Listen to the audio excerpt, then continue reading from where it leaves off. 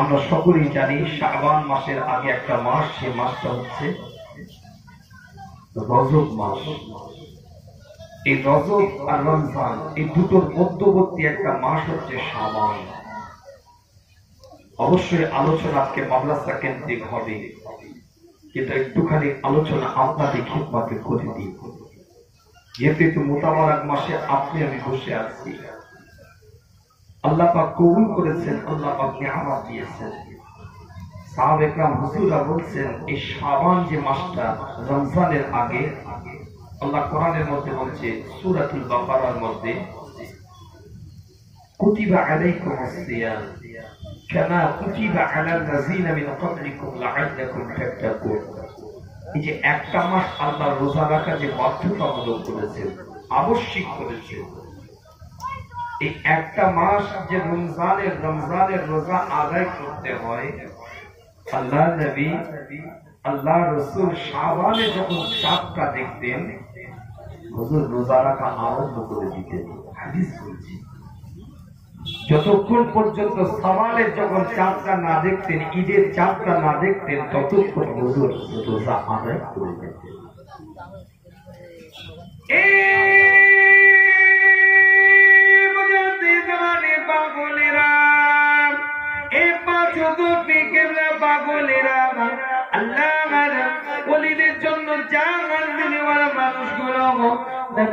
নবী বলে চিৎকারটা দিচ্ছেন, মুস্তাফা বলে চিৎকারটা দিচ্ছেন।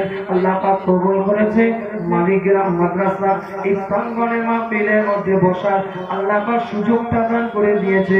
কিতাবটা খুলে দেখেন, না বানোয়াটি আলোচনা আপনাদের খিদমতে নয়, না বানোয়াটি কথাবার্তা আপনাদের খিদমতে নয়। আল্লাহ নবী আল্লাহ রাসূলের সাহাবা کرام হুজুররা জানিয়ে দেন, আল্লাহ নবী শাবানের সিয়ামটা এমন ভাবে পালন করতেন, শাবানের রোজাটাকে এমন ভাবে পালন করতেন, শাবানের রোজাগুলোকে এমন ভাবে হুজুর পালন করতেন। আমরা অনেক সময় দ্বিধাদ্বন্দ্বের মধ্যে পড়ে যেতাম, আমরা অনেক সময় একটু সন্দেহজনক অবস্থায় পড়ে যেতাম যে আমার নবীর উপরে কি আল্লাহ পাক আলাদা করে ওহী নাযিল করেছে যে আমার রাসূলের জন্য দুটো মাস রোজা রাখা ফরজ করে দিয়েছে, আর আমাদের জন্য একটা মাস, আমার রাসূলের জন্য দুটো মাস, আর আমাদের জন্য কি একটা মাস। এটা আমরা চিন্তায় পড়ে যেতাম। কেন নবী যখন শাবানের চাঁদটা দেখতেন, ইবাদত করতে আরম্ভ করে দিতেন, সিয়াম রাখতে আরম্ভ করে দিতেন, জিকিরের সংখ্যা বাড়িয়ে দিতেন। সাহাবা کرام হুজুরদের দিকে লক্ষ্য করে আল্লাহ নবী মুহাম্মদ রাসূলুল্লাহ সাল্লাল্লাহু আলাইহি ওয়াসাল্লাম জানিয়ে দেন, আমি কেন রমজানের আগে এই শাবানের মাসটাকে, এই মাসটাকে কেন বেশি বেশি ইবাদত করি, এটা কি তোমরা জানো? সাহাবা کرام হুজুররা বলেন, ইয়া রাসূলুল্লাহ, ইয়া হাবিবাল্লাহ, হুজুর আমাদের জানা নাই, কিন্তু হুজুর আপনি নামাজ পড়েন বেশি, জিকির করেন বেশি, গোটা সিয়াম আপনি আদায় করেন, গোটা শাবানটা আপনি রোজাটা রাখেন। আল্লাহ নবী আল্লাহ রাসূল জানিয়ে দেন, রমজানের অনুশীলনী হিসাবে রমজানটা যে সিয়াম ইবাদত বান্দেগি যে করব, তার প্র্যাকটিস হিসাবে আমি নবী বেশি বেশি করে সিয়াম আমি আল্লাহ রাসূল আমি শাবানে রাখতে থাকি। আমি শাবানটাকে রমজানের প্রস্তুতির মাস হিসাবে মনে করে থাকি। রমজান একটা ইবাদতের পর্ব।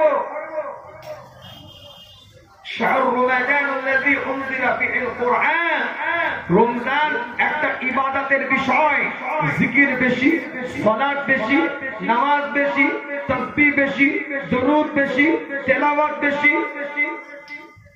ইবাদতের মধ্যে জীবনটাকে তৈরি করি রমজানে।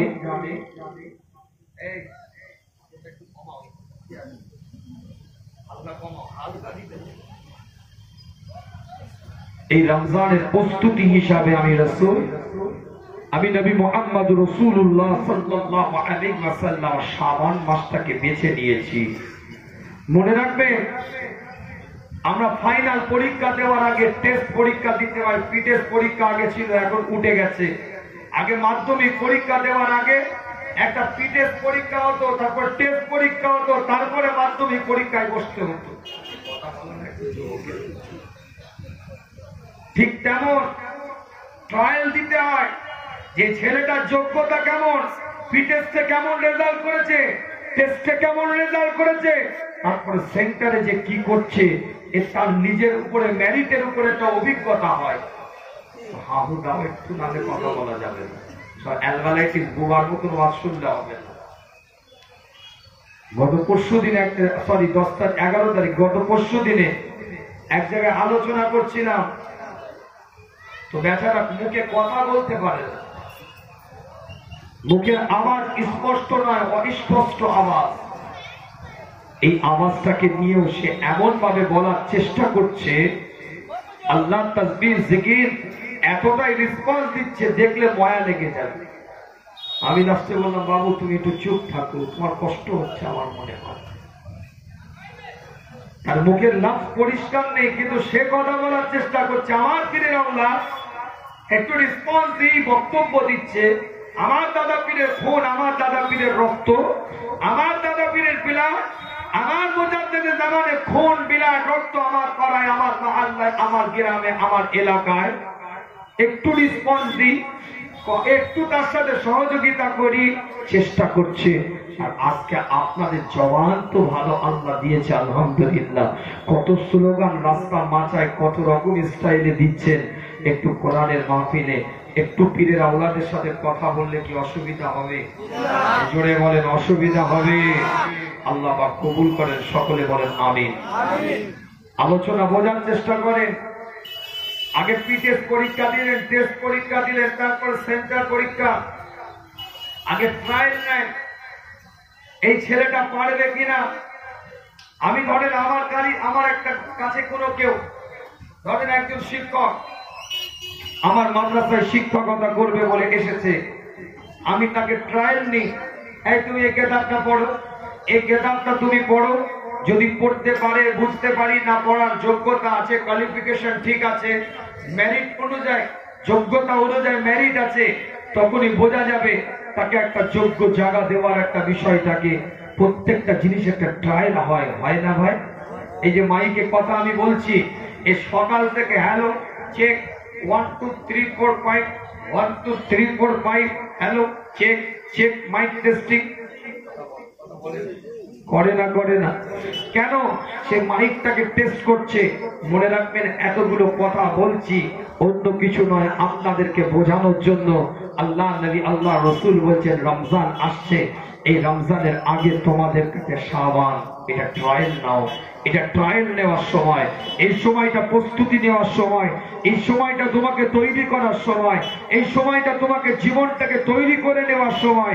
সামনে রমজানে কিভাবে ইবাদত করবে, কিভাবে জিন্দেগি করবে, কিভাবে তাসবিহ করবে, কি করে জিকির করবে, কি করে তেলাওয়াত করবে, কি করে তারাবি 37 টাকা সব এসা টেসা নিয়ে পড়বে, সেটাকে প্রস্তুতি নেওয়ার জন্য আমি রাসূল শাবানে বেশি করে ইবাদত করি। এটা রমজানের প্রস্তুতি হিসাবে। যদি বলেন এই শাবান মাসটার মধ্যে একটা রজনী আছে, একটা রাত আছে। খালি ফোন করছে, হুজুর শবে বারাতটা কবে? কথা বলেন না, শবে বারাতটা কবে? খালি ফোন আসছে, খালি ফোন করছে। মনে রাখবেন, আমাদের কলকাতা যে হেলাল কমিটির সাথে যোগাযোগ থাকে, নাকোদা মসজিদের ইমাম, এই হেলাল কমিটির মাধ্যম দিয়ে, হেলাল কমিটিদের যে পরিকাঠামো পরিষেবা আছে তার মাধ্যম দিয়ে আমরা জানতে পেরেছি যে গতকালকে আমরা যেভাবে আগিয়ে এসেছি, আগামীকাল শবে বারাতের দিবাগত রাত, অর্থাৎ লাইলাতুল মিন নিসফি শাবান। মনে রাখবেন, অনেকে বলে শবে বারাতটা আবার কি, শবে বারাতটা আবার কি, একটুখানি বুঝেন। অনেকে বলে শবে বারাত তো কোরআনে নাই, হাদিসে নাই। যারা বলল শবে বারাতটা কোরআনে নাই, হাদিসে নাই, আমি তাদের সাথে একমত। অবশ্যই শবে বারাত বলে কোনো শব্দ কোরআনেও নাই, শবে বারাত বলে কোনো শব্দ হাদিসেও নাই। তাদের মত আমার মত এক জায়গায়, কিন্তু মনে রাখবেন, একটু প্রশ্ন তাদের কাছে আমার, শুধু এটার উপরে যে নামাজ বলে কোনো শব্দ কিন্তু কোরআনে নাই, রোজা বলে কোনো শব্দ কিন্তু কোরআনে নাই, ফেরেশতা বলে কোনো শব্দ কিন্তু কোরআনে নাই, বেহেশত বলে কোনো শব্দ কিন্তু কোরআনে নাই, দোজখ বলে কোনো শব্দ কিন্তু কোরআনে নাই। যেমন নামাজ কোরআনে সালাত নামে আছে, যেমন রোজা কোরআনে সিয়াম নামে আছে, যেমন ফেরেশতা কোরআনে মালাইকা নামে আছে, যেমন দোজখ কোরআনে জাহান্নাম নামে আছে, যেমন বেহেশত কোরআনে আপনার জান্নাত নামে আছে, ঠিক ওই রকম শবে বারাত এটা হচ্ছে ফার্সি শব্দ। শব মানে হচ্ছে রাত, বারাত মানে হচ্ছে নাজাত। শবে বারাত এই শব্দটা কোরআনের ভাষা। সূরাতুদ দুখান ৩য় নম্বর আয়াত, কিতাব খুলে দেখেন, কোরআনের ভাষায় শবে বারাতকে বলা হয়েছে লাইলাতুল মুবারাকা। লাইলাতুল মুবারাকা এটা হচ্ছে শবে বারাতের কোরআনের ভাষা। আর হাদিসের ভাষা শুনে নেন, লাইলাতুম মিন নিসফিশ শাবান, হাদিসের ভাষা হচ্ছে 14 তারিখের দিনগত রাত, এটাই হচ্ছে শবে বারাতের রাত। আলোচনা বোঝার চেষ্টা করেন, কোরআনের ভাষা হচ্ছে লাইলাতুল মুবারাকা, আর হাদিসের ভাষা হচ্ছে লাইলাতুম মিন নিসফিশ শাবান, 14 তারিখের দিনগত রাত যেটা আসছে সেটা, এটা হচ্ছে হাদিসের ভাষা। আজকে দুঃখ লাগে, কষ্ট লাগে, বেদনা লাগে, আলোচনা বোঝার চেষ্টা করুন। শবে বারাত বলে কিচ্ছু নাই, এটা উড়িয়ে দেওয়া ঠিক না। অবশ্যই আছে এটা বারাতের রাত, অবশ্যই আছে এটা নিয়ামতের রাত, অবশ্যই আছে এটা মর্যাদার রাত, অবশ্যই আছে এটা মর্তবার রাত, অবশ্যই আছে এটা আমার আল্লাহর দরবারে কবুলিয়াতের রাত। যেটা বাড়াবাড়ি সেগুলো বাদ দিই। অনেক কিছু জাল হাদিস, মৌজু হাদিস শবে বারাতের নামে চালানো হয়, ওগুলো ঠিক না, কিন্তু যেটা আছে সেটা নিতে হবে। লাইলাতুল মিন নিসফিশ শাবানের উপরে যে হাদিসগুলো বিশুদ্ধ সনদের সাথে, মাতানের সাথে, বিশুদ্ধ রাবীর মাধ্যম দিয়ে সহি ভাবে আমাদের কাছে এসেছে, মাতান সহি, সনদ সহি, রাবী সহি, সেগুলো আমাদেরকে নিতে হবে। তার মধ্যে একটা হাদিস আমার রাসূল জানিয়ে দেয়,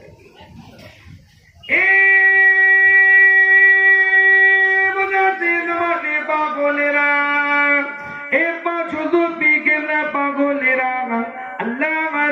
ওদের জন্য জান দেনেওয়ালা মানুষগুলো বানোয়াটি আলোচনা আপনাদের খিদমতে নয়, বানোয়াটি কথাবার্তা আপনাদের খিদমতে নয়। নবী মুহাম্মদুর রাসূলুল্লাহ সাল্লাল্লাহু আলাইহি ওয়াসাল্লাম জানিয়ে দেয়, আল্লাহ পাক এই রাত্রিরে সকলকে ক্ষমা করে দেয়। আমার আল্লাহ এই রাতটাতে লাইলাতুল মিন নিসফিশ শাবানের রাত্রিরে 14 তারিখের দিনগত রাত নাই, আমার আল্লাহ আমার মাওলা পরমাত্মা সকলকে ক্ষমা করে দেয়, সকলকে মাফ করে দেয়।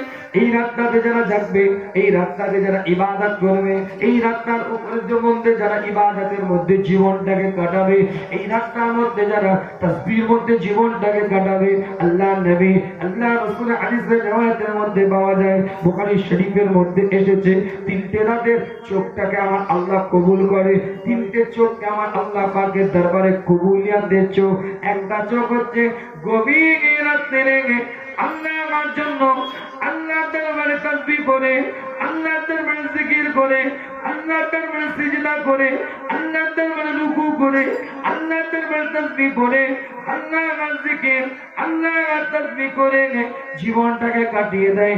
সারা রাত রাতটা জাগতে থাকে, চোখটা খুলে রাখে খোদার জন্য, চোখটা খুলে রাখে মুস্তাফার জন্য, চোখটা দরুদ করে কাটিয়ে দেয়, জীবনটাকে তৈরি করে। ওই চোখটাকে আমার আল্লাহ পাক কবুল করে নেন, আমার আল্লাহ আমার মাওলা পরমাত্মার নিয়ামত দিয়ে দেয়। অন্য একটা হাদিসের রিওয়ায়াতের মধ্যে পাওয়া যায়, আল্লাহ পাকের দরবারে 2টো ফোঁটা কবুলিয়াতের দরজা পায়।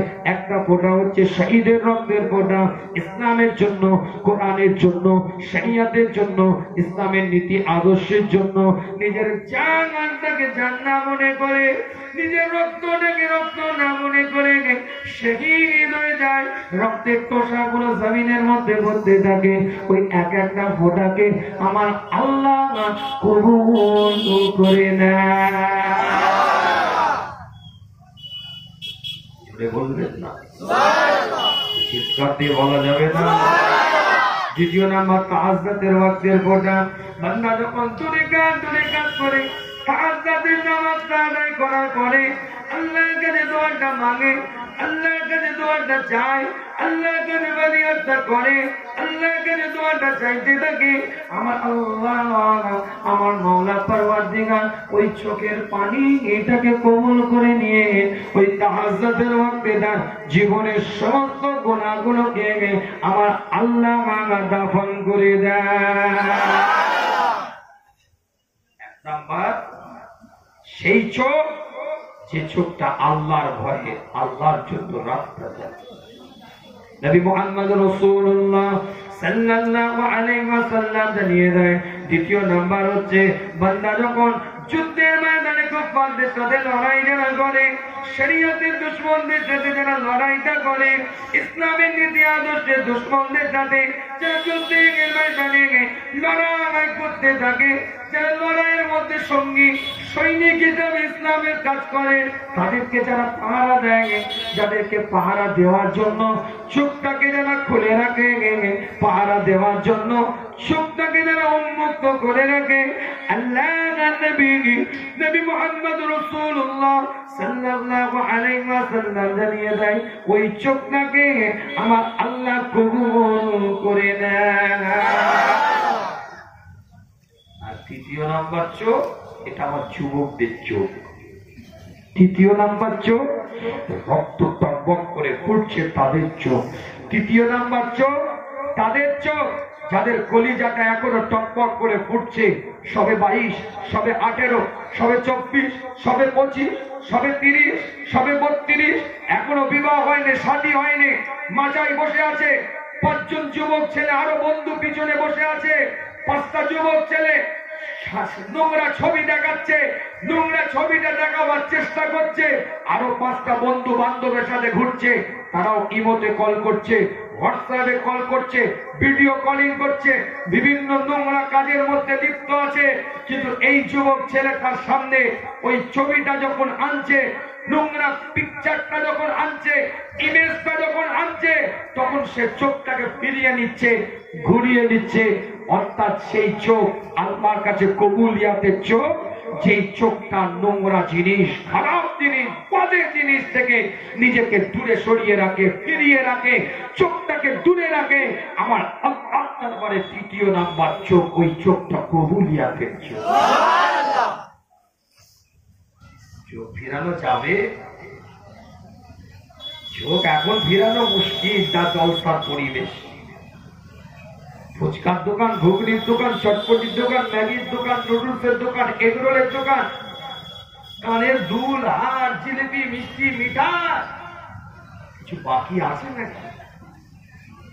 সব হয়ে গেছে। এখন চোখ তো এদিকে নয়, চোখ তো ওদিকে চলে গেছে। কিছু মনে করবেন না, আমি স্ট্রেট কাট কথা বলতে পছন্দ করি, এটা আজকের নয়, এই অভ্যাস আমার অনেক আগে থেকে। আজকে দুঃখ লাগে, কষ্ট লাগে, বেদনা লাগে, ব্যথা লাগে। জালসার মাহফিলে যখন বেরোচ্ছে তখন নিয়ত করছে, মালিকেরা ও তো আমার খালাতো বোনের বাড়ি। প্রথমেই নিয়তটা মাইনাস। মালিকেরা ও তো আমার ভাবির বাপের বাড়ি, প্রথমেই নিয়তটা মাইনাস। মানে ভাইয়ের একটা শালি আছে, ওখানে আগে চা খেতে যাবে। কথা বলেন একটু, হাঁ দিতে হবে। মালিকেরা ও তো আমার মামাতো বোনের শ্বশুর বাড়ি, প্রথমেই নিয়তটা যে আগে সেই মামাতো বোন আমার, আগে ওখানে যে বিস্কুট খাবো। প্রথমেই নিয়তটা নেগেটিভ করে আপনি আমি ঘর থেকে বেরোচ্ছি। হ্যান্ডবিল দেখলেন, পোস্টার দেখলেন, ব্যানার দেখলেন, প্রচার দেখলেন, ইউটিউবের প্রচার দেখলেন, ফেসবুকের প্রচার দেখলেন, দেখার পরে জানলেন যখন মালিকেরা মাদ্রাসার জলসা এই দিনে হচ্ছে, তখন যদি নিয়তটা এটা থাকতো যে কোরআনের জন্য যাব, শরীয়তের জন্য যাব, দিনের জন্য যাব, ইসলামের জন্য যাব, কোরআনের জন্য যাব, আল্লাহ রসুলের জন্য যাব। খোদার কসম করে বলে যাচ্ছি, যে কটা চাকা তোমার বাইকে ঘুরতো, যে কটা চাকা তোমার সাইকেলের ঘুরতো, যে কটা চাকা তোমার গাড়ির ঘুরতো, যে কটা পা তোমার আগিয়ে যেত, প্রত্যেকটা কদমে কদমে চাকার মধ্যে আমার আল্লাহ রহমত।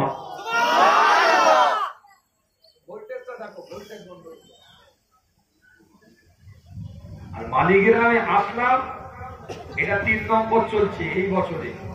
3 নম্বর কি 4 নম্বর মালিগ্রাম, আল্লাহ কি জানি কি তকদিরে লিখে রেখেছে। মালিক একটা ঠিক ফোনের মতন পেলাম না, কথা বুঝতে পেরেছে। আর আগেও এসেছি, কি জানি তকদির কি আমি আল্লাহ জানে। মালিগ্রামে মনের মতো একটা মাইক পাইনি, এটা তাও আলহামদুলিল্লাহ আছে কথা বলার মতো, কিন্তু ভোল্টেজ পাচ্ছে না বেচারা, এটা আমি বুঝতে পারছি, আর কিছু না। আল্লাহ পাক সকলকে কবুল করেন, সকলে বলেন আমিন। একটু জোরে বলা যাবে আমিন, চিৎকার দিয়ে বলা যাবে আমিন। কিছু মনে করবেন না, আমি স্টেট কার্ড কথা বলবো, শুধু শ্রোতার কথা বলবো না, আমি বক্তার কথাও বলবো। আজকে আমি বক্তা, প্রথমে আমি বাড়ি থেকে বেরোবার সময় চিন্তা করছি, আমি বক্তা সাহেব গাড়িতে উঠলাম, আমার 3টে প্রোগ্রাম, এখান থেকে যাবো পাঁশকুড়া, পাঁশকুড়া থেকে যাবো উলুবেড়িয়া মাদ্রাসার জলসা, হাজি ইসা হুজুরের জলসা, সারা রাত্রি ব্যাপী, শেষে দোয়ার আগে আমার প্রোগ্রাম আলোচনা। তো মূল কথা, আমি গাড়িতে উঠেই চিন্তা করছি মোটামুটি বান্ডেলটা কত হবে, অঙ্ক কষে নিলাম। এই যে অঙ্ক কষা করছি, তুমি শ্রোতা এক অ্যাঙ্গেলে অঙ্ক কষছো, যে মামা তো বোনের শাড়িটা আপনার কে বলে ননদটা দেখতে ভালো, তুমি শ্রোতা একটা অ্যাঙ্গেলে অঙ্ক কষছো, যে ভাবির ননদ আপনার কি বলে ভাবির বাড়ি যাব, ভাবির বোনটা দেখতে ভালো, তুমি এক অ্যাঙ্গেলে অঙ্ক করছো, আমি বক্তা আর এক অ্যাঙ্গেলে অঙ্ক করছি। দুটোর মধ্যে খোদা আর রসুল আর আল্লাহ নেই। কিছু মনে করবেন না, আমি একটু স্টেট কার্ড কথা বলতে পছন্দ করি। তোমার মধ্যেও এখানে এসেছো, সবাই নয় অবশ্য, ওলি আছে, ওলি কোরআনের জন্য এসছে, তাদেরকে আল্লাহ কবুল করছে, কিন্তু আমি মেজরিটি মাস্ট বি গ্যারান্টেড, অধিকাংশের উপর নিয়ে কথা বলছি। সব বক্তা বা সমান নয়, ভালো আছে, মেজরিটির উপরে কথা বলছি। তুমিও যেমন অঙ্ক করে আসছো, কিছু মানুষ যেমন অঙ্ক করে আসছে, আমিও তেমন বক্তা অঙ্ক করে আসছি, আর কমিটিও তেমন অঙ্ক করে বসে আছে।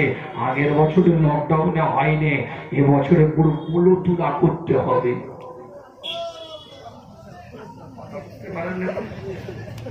এ মূল তুলা মানে বুঝতে পারেন, আগের বছরে জলসাটা 14ই চৈত্র ছিল, ঘোড়াগাড়ের দাওয়াত ছিল। আগের বছরে লকডাউনে মাদ্রাসা জলসা মানে তো পকেট মানির লাইন না, কিনা মারবেন না। আগের বছরে কিচ্ছু হয়নি, প্যান্ডেল করে এ করে ও করে খরচ হয়ে গেছিল। এবারে মূল তুলা করতে হবে। কমিটি চিন্তা করছে আমাদের টপ বক্তা, আমাদের টপ জলসা, এলাকার মধ্যে টপ আমরা। এই যে 3 শ্রেণীর মধ্যে যে খেলা হবে, দুজনই বলছে মাঠে খেলবো না, তাহলে কি করে জিতবে? দুজনই বলছে আল্লাহ আল্লাহ রসুল থাকবে না, তাহলে কি করে রহমত পাবে? 3জনই বলছে না, দরকার আমাদের বান্ডিল, দরকার আমাদের এখানে ওই আপনার রঙিন রঙিন জিনিস।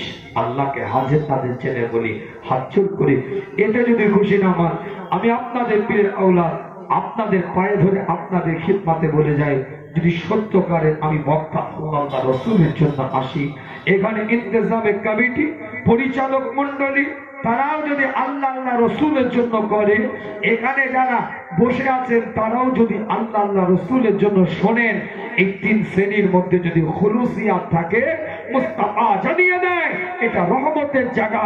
যারা আসবে ইস্তেগফার করবে, আমার আল্লাহ তাদের দোয়াকে কবুল করে জান্নাতের রাস্তা দেখিয়ে দিবে।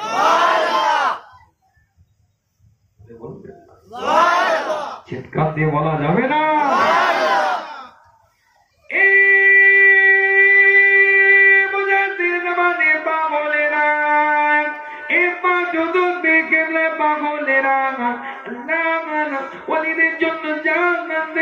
মানুষগুলো নবী বলে চিৎকারটা দিচ্ছেন, মুস্তাফা মুস্তাফা বলে চিৎকারটা দিচ্ছেন, সে নবী মুহাম্মদ রাসূলুল্লাহ সাল্লাল্লাহু আলাইহি ওয়াসাল্লাম জানিয়ে দেয়, পরিষ্কার করে লেখা আছে, এই সবে বরাতের রাত্রিরে, সব মানে হচ্ছে রাত, বরাত হচ্ছে মানে হচ্ছে নাজাত, এই নাজাতের রাত্রিরে, এই লাইলাতুল মিন শাবানের রাত্রিরে 14 তারিখে এই দিনগত রাত্রিরে বলতে যে রাতটা কালকে আসছে, কালকে আপনি আমি ইবাদতটা করব, কালকে আপনি আমি জিকিরটা করব, কালকে আপনি আমি তাসবিহটা করব, কালকে আপনি আমি ঈশার নামাজটা আদায় করে যখন আপনি আমি তওবাটা করব, নবী মুহাম্মদ রাসূলুল্লাহ সাল্লাল্লাহু আলাইহি ওয়াসাল্লাম জানিয়ে দেয়, দুই শ্রেণীর মানুষ ছাড়া, দুটো শ্রেণীর মানুষ ছাড়া আমার আল্লাহ এই লাইলাতুল মিন নিসফি শাবান, এই 14 তারিখের দিন গত রাত্রিরে আমার আল্লাহ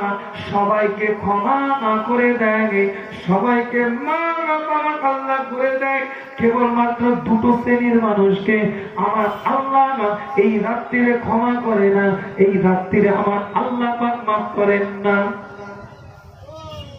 দুই শ্রেণীর মানুষ ছাড়া আল্লাহ সবাইকে মাফ করে দেয়। জোরে বলে জোরে বলবেন, চিৎকার দিয়ে বলা যাবে না। দুটো শ্রেণীর মানুষ ছাড়া আল্লাহ পাক তাদের সকলকে ক্ষমা করে দেয়, সকল বান্দাদেরকে মাফ করে দেয়।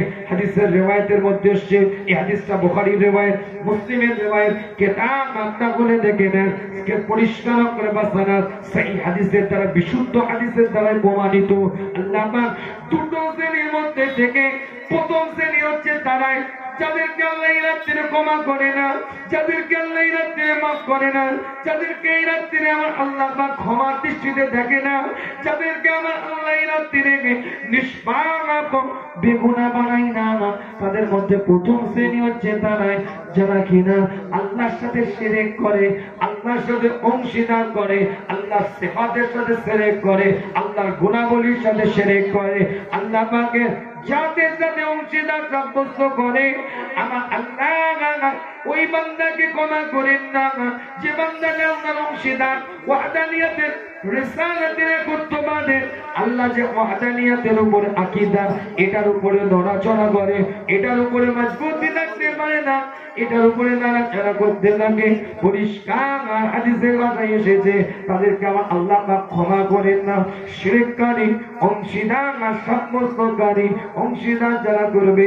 এখন আপনারা বলবেন হুজুর আমরা তো সবাই আল্লাহকে এক বলে জানি, আমরা তো সকলে মাওলাকে এক বলে জানি, কুল হুয়াল্লাহু আহাদ আল্লাহুস সামাদ লাম ইয়ালিদ ওয়া লাম ইউলাদ ওয়া লাম ইয়াকুল লাহু কুফুয়ান আহাদের উপর তো ঈমানটা এনেছি, আমরা তো ঈমানে মুজাম্মিল, ঈমানে মুফাসসিলের উপর ঈমানটা এনেছি। অবশ্যই অবশ্যই আপনি ঈমানটা এনেছেন, কিন্তু মনে রাখবেন শিরক এমন একটা কঠিন জিনিস। আল্লাহ নবী আল্লাহ রাসূল জানিয়ে দেন, ইসবিউ রাজুলান মুমিনান ওয়া ইয়ামশি কাফিরান ওয়া ইয়ামশি মুমিনান ওয়া ইসবিউ কাফিরান। আল্লাহ নবী আল্লাহ রাসূল জানিয়ে দেন, আখির জামানাতে এমন হয়ে যাবে, এমন সিচুয়েশন, এমন পরিস্থিতি, এমন মানুষ ফেস করতে হবে, এমন পরিস্থিতির মধ্যে মানুষকে থাকতে হবে, সকালবেলায় সে নিজেকে মুসলমান বলে দাবি করবে, ইমানদার বলে দাবি করবে, আল্লাহকে এক বলে স্বীকার করে বলে দাবি করবে, মাওলাকে এক বলে স্বীকার করে বলে দাবি করবে, ওয়াহদানিয়াতের উপরে বিশ্বাস, রিসালাতের উপরে বিশ্বাস, একত্ববাদের উপরে বিশ্বাস, এটার উপরে ঈমান আছে, মজবুতের উপরে আছে, এটা নিজেকে দাবি করবে। কিন্তু সকাল থেকে সন্ধ্যার মধ্যে এমন কিছু কর্মকাণ্ড, এমন কিছু কথা বলে ফেলবে, সন্ধ্যাবেলায় সে কাফের হয়ে যাবে, সন্ধ্যাবেলায় সে নিজেকে মুমিন বলে, ঈমানদার বলে, মুত্তাকি বলে, আল্লাহ ওয়ালা বলে, খোদাবিরু বলে, ওয়াহদানিয়াতুল বিশ্বাস করে বলে, রিসালাতের উপরে বিশ্বাস করে বলে দাবি করবে। কিন্তু সন্ধ্যা থেকে সকালের মধ্যে এমন কিছু কাজ করে ফেলবে, এমন কিছু কর্মকাণ্ড করে ফেলবে, সকালবেলায় উঠতে উঠতে তার ঈমানটা চলে যাবে। নবী মুহাম্মদুর রাসূলুল্লাহ সাল্লাল্লাহু আলাইহি ওয়াসাল্লাম জানিয়ে দেয়, এই হাতের তালুর মধ্যে আগুনটা রাখাটা যেমন কষ্টকর, আগুনটা রাখাটা যেমন কষ্টকর, তার থেকেও বেশি কষ্ট হবে আখিরি জামানায় ঈমানটাকে মজবুত করে রাখা, আখিরি জামানায় ঈমানটাকে ধরে রাখা। একটা হাতের তালুতে যেমন আগুন রাখা কষ্টকর, তার থেকেও বেশি কষ্টকর হবে একটা কচু পাতার পানিটা যেমন টলমল করতে থাকে, আখিরি জামানায় মুসলমানদের ঈমানটা এরকম টলমল করতে থাকবে। সুবহানাল্লাহ বলছে না, জ্ঞান নেই। আলোচনা বোঝার চেষ্টা করেন, সময় স্বল্পতা, টি-20 খেলতে হবে আর ডিফেন্স করার সময় নেই, এত স্লোগান চলছে। আলোচনা বোঝার চেষ্টা করে, আলোচনা নেওয়ার চেষ্টা করে। একটার পর একটা দলিল দেব আপনাদেরকে। ইমানটা রাখাটা খুব মজবুত, ইমানটা রাখাটা খুব কষ্টকর। ইমান রাখা এখন খুব মজবুত করে আপনার জন্য খুবই কষ্টকর হয়ে যাবে। শয়তান আপনাকে ধোঁকা দিবে না। শয়তান চালাক হয়ে গেছে যে আমি শয়তান সেজে যাব, শয়তান আমাকে শয়তান হিসাবে মানুষ আমাকে নিবে না। সে শয়তান ধোঁকা দিবে না, সে আলেমকে দিয়ে ধোঁকা দিবে, সে পীর সাহেবকে দিয়ে ধোঁকা দিবে, সে পীরজাদাকে দিয়ে ধোঁকা দিবে, সে মৌলানাকে দিয়ে ধোঁকা দিবে, সে হাফেজকে দিয়ে ধোঁকা দিবে, সে কারিকে দিয়ে ধোঁকা দিবে, সে হাফেজকে দিয়ে ধোঁকা দিবে। শয়তান সে নিজে ধোঁকা দিবে না, শয়তান পীর সাজিয়ে ধোঁকা দিবে, আলেম সাজিয়ে ধোঁকা দিবে, মৌলানা সাজিয়ে ধোঁকা দিবে, ইমাম সাজিয়ে ধোঁকা দিবে। আপনি জামানায় ইমান বাঁচানো খুব কষ্টকর। মনে রাখবেন, আল্লাহর নবী বলছেন দুটো শ্রেণীর ব্যক্তি যারা সবাইকে লাইলাতুম মিন নিসফি শাবানে আমার আল্লাহ আমার মাওলা ক্ষমা করে দেন। এক নাম্বার তারা যারা কিনা শিরক করে, তাদেরকে আমার আল্লাহ ক্ষমা করে না, আমার আল্লাহ মাফ করে না। আখিরি জামানায় ঈমানটা মজবুত করা খুবই কঠিন। মনে রাখবেন, আগে পকেট মার ছিল, এই পকেট মার বলে চিৎকার দিত।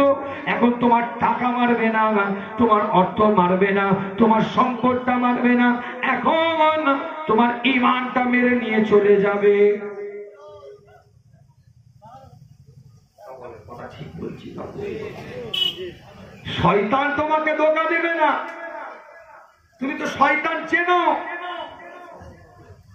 ধোঁকা দিবে আলেম সেজে, মৌলানা সেজে, হাফেজ সেজে।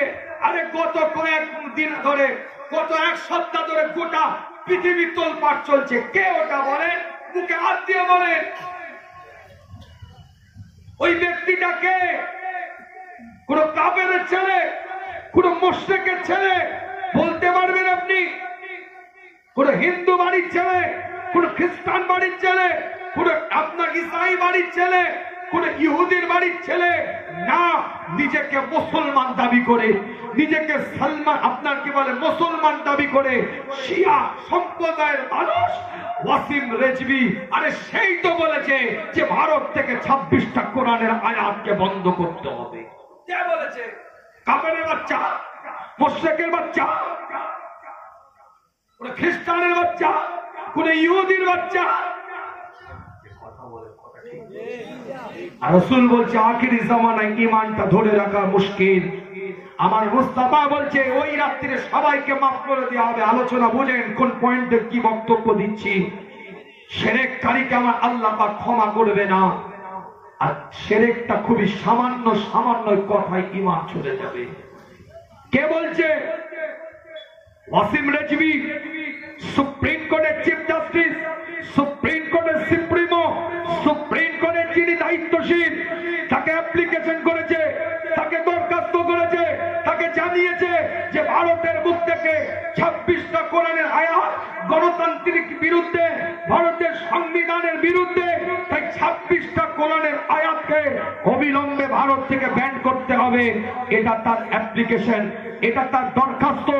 মনে রাখবেন, আজ থেকে 50 বছর আগে, আজ থেকে 50 বছর আগে ঠিক এই ভারতের বুকে সুপ্রিম কোর্টে একটা দরখাস্ত করা হয়েছিল, একটা আবেদন করা হয়েছিল, একটা জানানো হয়েছিল যে ভারতের বুক থেকে কোরআনের আইনকে ব্যান করতে হবে, কোরআনের আইনকে বন্ধ করতে হবে।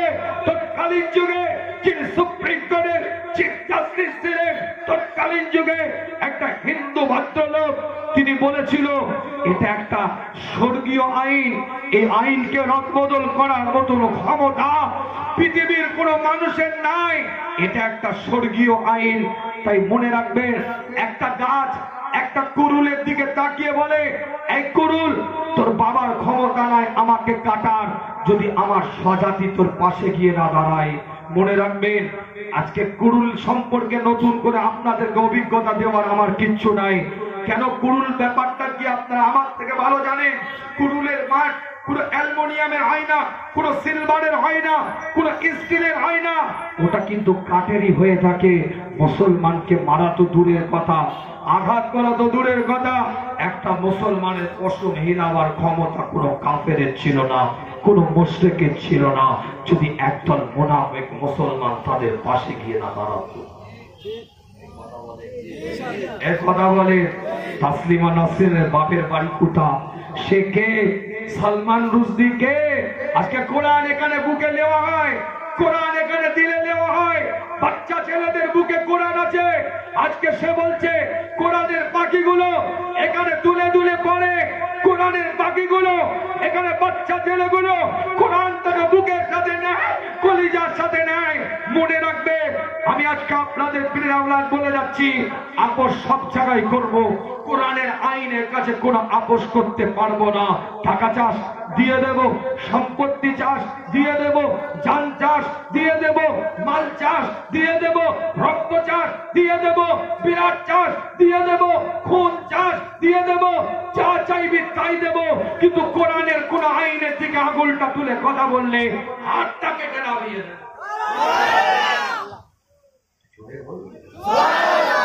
মাইক ঠিক কর,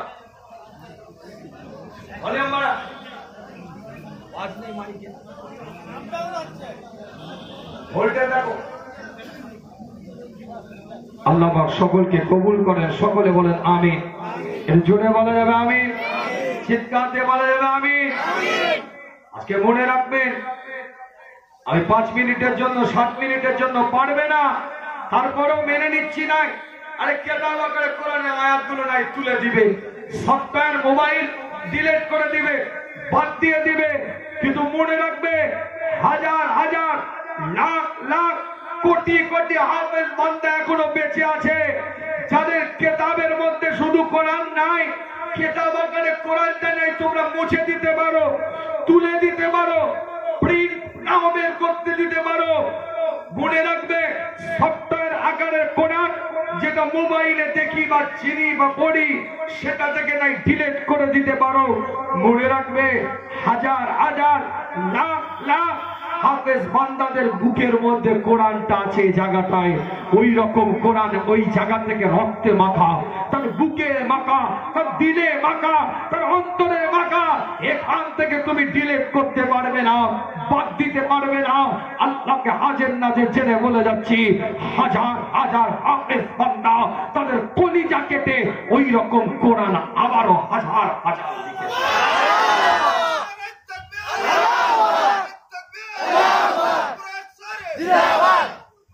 আজকে বলতে চাই, তাই আলোচনা বোঝার চেষ্টা করেন, ইমানকে নিয়ে ছেলে খেলা করার চেষ্টা করছে।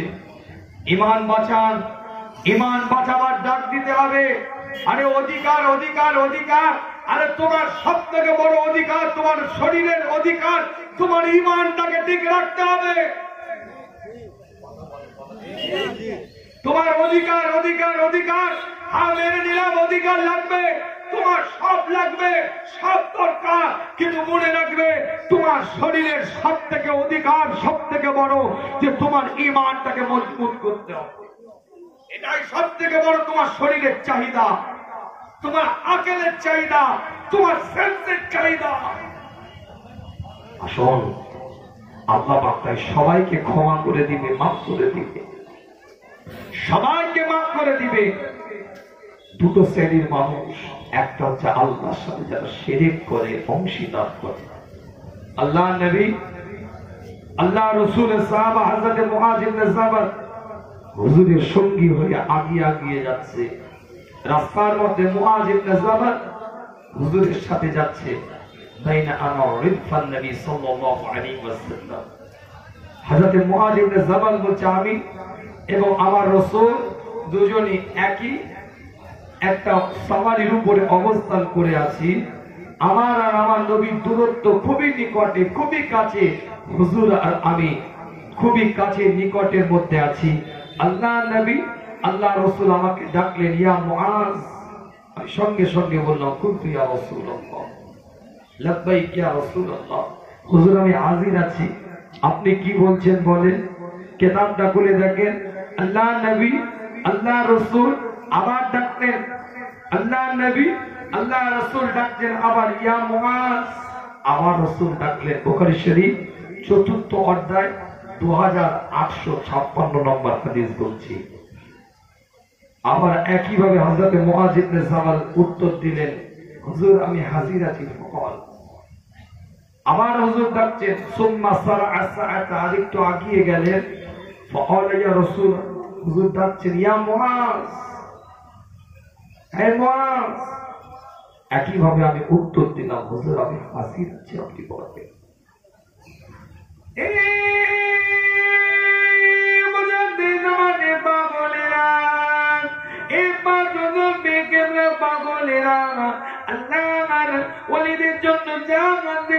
মানুষগুলো আল্লাহর নবী নবী মুহাম্মদ রাসূলুল্লাহ সাল্লাল্লাহু আলাইহি ওয়াসাল্লামের সাহাবা হযরত মুআজ ইবনে জাবালের দিকে লক্ষ্য করে নবী মুহাম্মদ রাসূলুল্লাহ সাল্লাল্লাহু আলাইহি ওয়াসাল্লাম জিজ্ঞাসা করে, হাল তাদরি মা হাক্কাল্লাহি আলা ইবাদাতি, এই মুআজ তোমার কি জানা আছে একটা বান্দার উপরে, একটা বান্দার জন্য আল্লাহর উপরে হকটা কি, একটা বান্দার জন্য আল্লাহর উপরে হকটা কি, সে আল্লাহর জন্য কি করবে, সে মাওলার জন্য কি করবে, সে পরওয়ারদিগারের জন্য কি করবে, সে খোদার জন্য কি করবে, একটা বান্দা হিসাবে তার কর্তব্যটা কি, একটা বান্দা হিসাবে তার দায়িত্বটা কি। আল্লাহ নবী আল্লাহ রাসূলের সাহাবা হযরত মুআজ ইবনে জাবাল ঘোষণা দিয়ে বলে, হুজুর আমার জানা নাই, আল্লাহ এবং তার রাসূলের সম্পর্কে ভালো জানে, আল্লাহ ওয়া রাসূলুহু আলামু, আল্লাহ এবং তার রাসূলের সম্পর্কে ভালো জানে। সুম্মা সালাসাতা, হযরত মুআজ ইবনে জাবাল বলে, হুজুর আরেকটু আগিয়ে গেলেন, আবার চিৎকার আওয়াজ দিয়ে আমাকে বলতে থাকে, মুআজ শুনে রেখে দাও, যে রেখে দাও, একটা বান্দা তার কাছ থেকে আল্লাহ এটাই আশা করে, একটা বান্দা তার কাছ থেকে আমার আল্লাহ এটাই চায়, এটা আশা করে, এটাই তার কাছ থেকে আশা করে। ওই বান্দাটা যখন ইবাদতটা করবে, ওই বান্দাটা যখন উপাসনাটা করবে, ওই বান্দা যখন আল্লাহর জিকির করবে, আল্লাহর তাসবিহ করবে, আল্লাহর রুকু করবে, আল্লাহর সালাত আদায় করবে, ওই বান্দাটার তাসবিহ জিকিরটা যেন শিরক মুক্ত ইবাদত হয়, আমার আল্লাহ বান্দার কাছে আশা করে বান্দার ইবাদতটা যেন অংশীদার ব্যতীত হয়, শিরক মুক্ত ইবাদত হয়, আমার আল্লাহ ওই ইবাদতটাকে কবুল করে নেয়।